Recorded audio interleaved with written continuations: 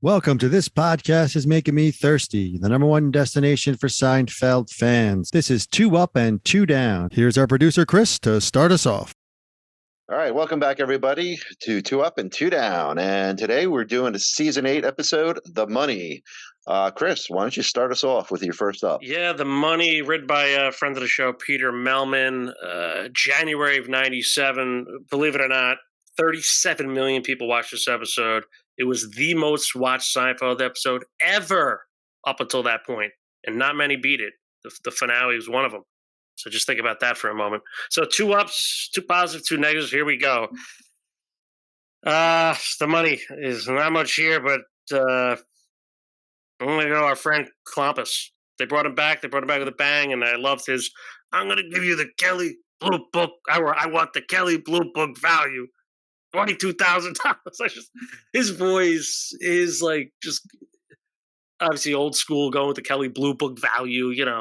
It's still around, believe it or not, KBB. But back then, it was the gold standard, if you will. So I love that he threw that back at Jerry and that little dynamic. So for me, KLOMPUS, specifically with the Kelly Blue Book stuff, first up. Yeah, that's a solid pick right there. All right, Tony, over to you. What's your first up? Yeah, I'm going to stick with, that kind of same idea, but I'm going with Morty.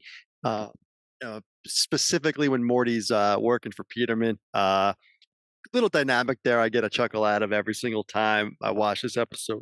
Excuse me. I love the couple of chime in on 43rd Street will do it for half that. Great Morty Seinfeld line, and then cheap fabric and dim lighting. That's how you move merchandise.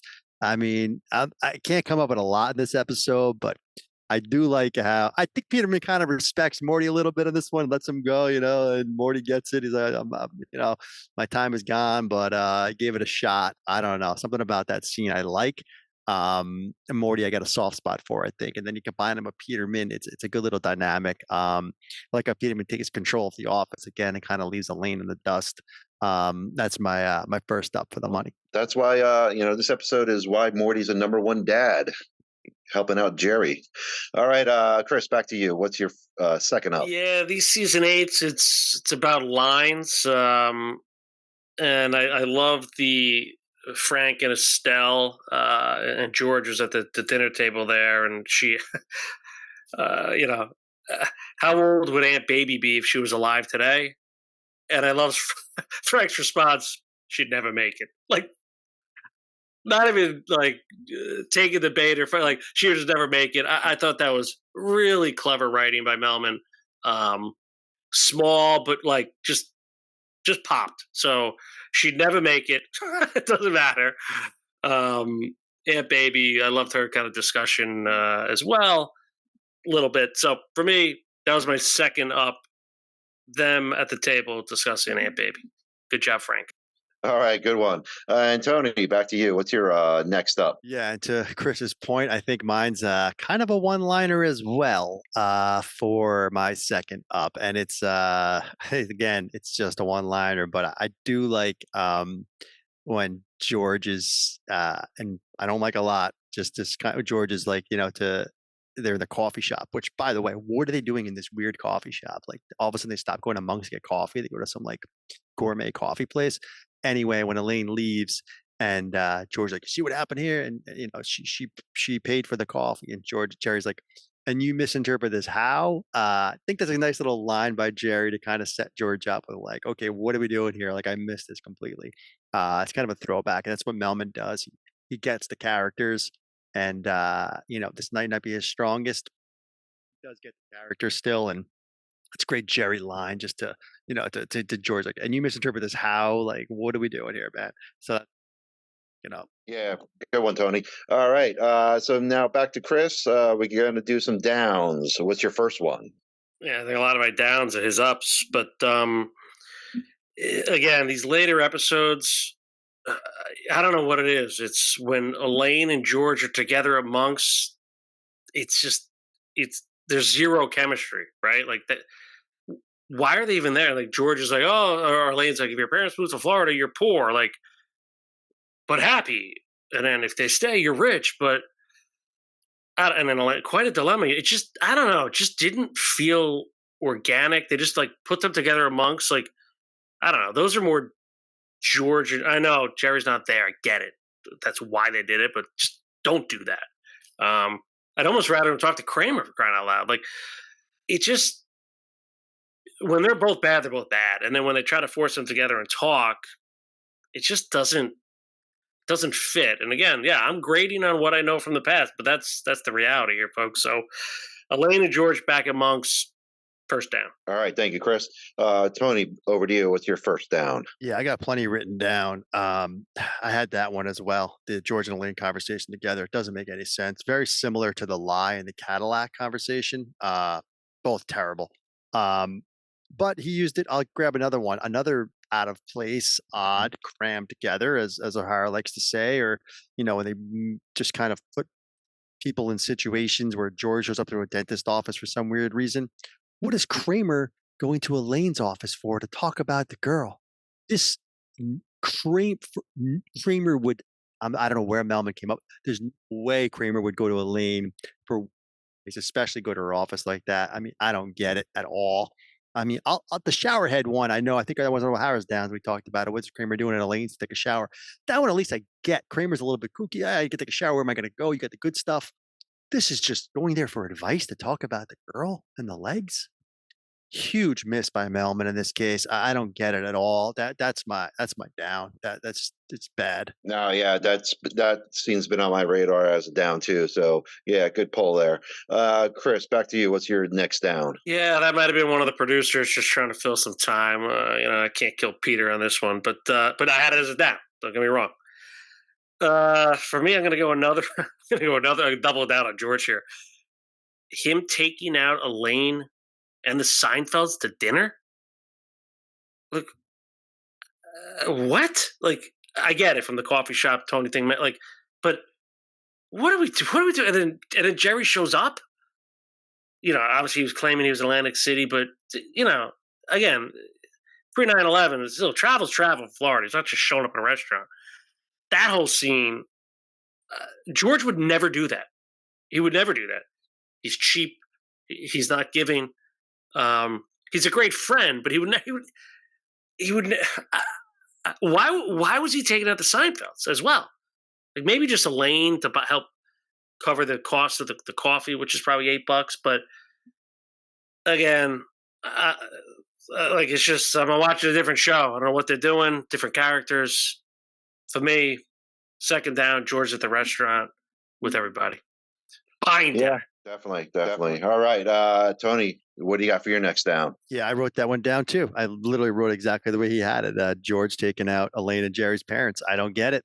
I just, this whole episode is just one of these weird episodes. I was looking at my list as he was talking, trying to find my next down. I got so many. I already kind of gave a little bit of Kramer, but I think even more, I can give more. And this is the last down, right? So I'm just going to piggyback here. I mean, Kramer moving in with the Costanzas? What are we doing? What are we doing? I mean, the whole Jimmy legs, the Jimmy arms. First of all, him and Sarah Silverman, I looked it up because watching it every time, even watching it live, it just looks weird. She looks so young. She was 27. He was 48 when this was made, when this was shot. It just seemed weird, the two of them, that they did the whole married thing and the old couple. Didn't play at all. They had no chemistry at all. You could tell. I thought it fell flat. I thought bad spot to use Sarah Silverman. It wasn't a good character for her. I thought Kramer moving in with the Costanzas was just dreadful. They did it like twice, I believe. George went over there. They were there once, and then Kramer moved in with them. None of it made any sense. It's out of left field. I mean, Kramer moving down to Jerry's parents' place in Florida. I'll give you that maybe, but this one didn't work at all. This whole episode was disjointed, and this was part of it. So that's my next down. Yeah, good description there. Disjointed with this episode. So, Chris, we're now going to move over to the grades and your final comments. What do you got for the money? Yeah, he makes a good point about chemistry, and that's kind of been a common theme throughout this episode. The chemistry is just missing across the board with a lot of people. Yeah, and the separate bed thing. Didn't George bring the girl up on the bed of their house. Like, anyway. We had the Bloomingdale's conversation was okay. We had Klompus, Frank with the Pierre Cardin, um, some decent stuff. But again, you never think to yourself, the chicken roaster, that the money. If I told you what the money is, I don't think you'd know. Quite frankly, and again, that happens in some episodes. I get it, but even if I told you, but yeah, I mean, George, she's sticking it to me, sticking it. Like, okay. And then Elaine brings back that line at the end, sticking it, like, just like beating a dead horse. You like Morty at Peterman, like, all right, it was okay, but what's more? What is he doing there?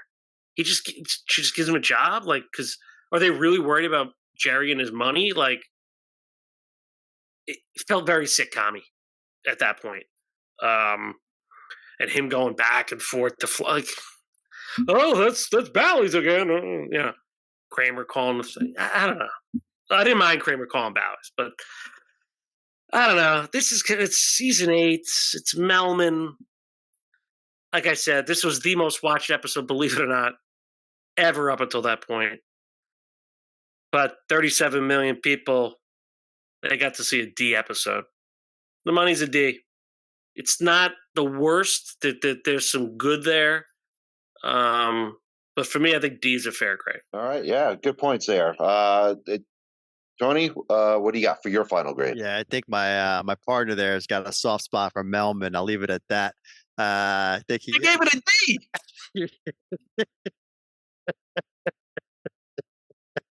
If it wasn't Melvin, I don't know. It might have been lower. That's all I'm saying. I'm gonna go. I mean, he mentioned everything that was bad about this episode already. The back and forth at the Boca Vista, the disjointedness, the sticking it. I wrote that down, highlighted, sticking it. We mentioned Kramer a million times. I didn't even like the really Costanzas in this episode, to be honest with you. And they usually save things. This episode was odd too. Is the Cadillac? Jerry has a bunch of money and buys his dad a Cadillac in season 7. Now all of a sudden he's poor. The whole thing is never made sense to me. To your point, when I think of the money, I don't even know what episode it is. I'm like, is the money where Jerry has money or Jerry doesn't have money? Because the Cadillac, he has money. Elaine falls in love with him. Now in the money episode, he doesn't have money. I don't. The whole thing doesn't make any sense. And Klompus, I mean, give me a break, dude. What is he doing driving the car after he sells it to Jerry? Then he crashes the car and it's on Jerry to pay. The whole thing doesn't make any sense. It never made any sense to me. It's a bad episode, man. No way around it. Now, I'm giving it a D minus, so I'm not far off. I don't know. I feel like this could be F range. It's Melman though, and it's to Harris' point. It's not the worst episode you're gonna see. They threw enough at it to kind of give you something with Klompus, maybe. It's not the best Frank and Estelle, but it still is Frank and Estelle, so there you go. But yeah, it's not a great episode. There's no way around it. We can't sugarcoat it, folks. D minus for the money. You're skipping this episode if it's on. Oh, 100%. Yeah, I give it a D minus. Yeah. Oh, I thought you were saying You're saying generally speaking, or me, I would skip it. Yes, I'm definitely. Yeah. Agree. I fell asleep watching it for this analysis. I couldn't keep it was so bad. You're right, Chris. It's one of the least watched episodes that I could probably recall. Like nothing gets me excited to go watch the Money episode. So yeah, you're right. So yeah, there you go, folks. D minus for the Money. So that wraps it up for this episode, and we'll see everybody at the next one.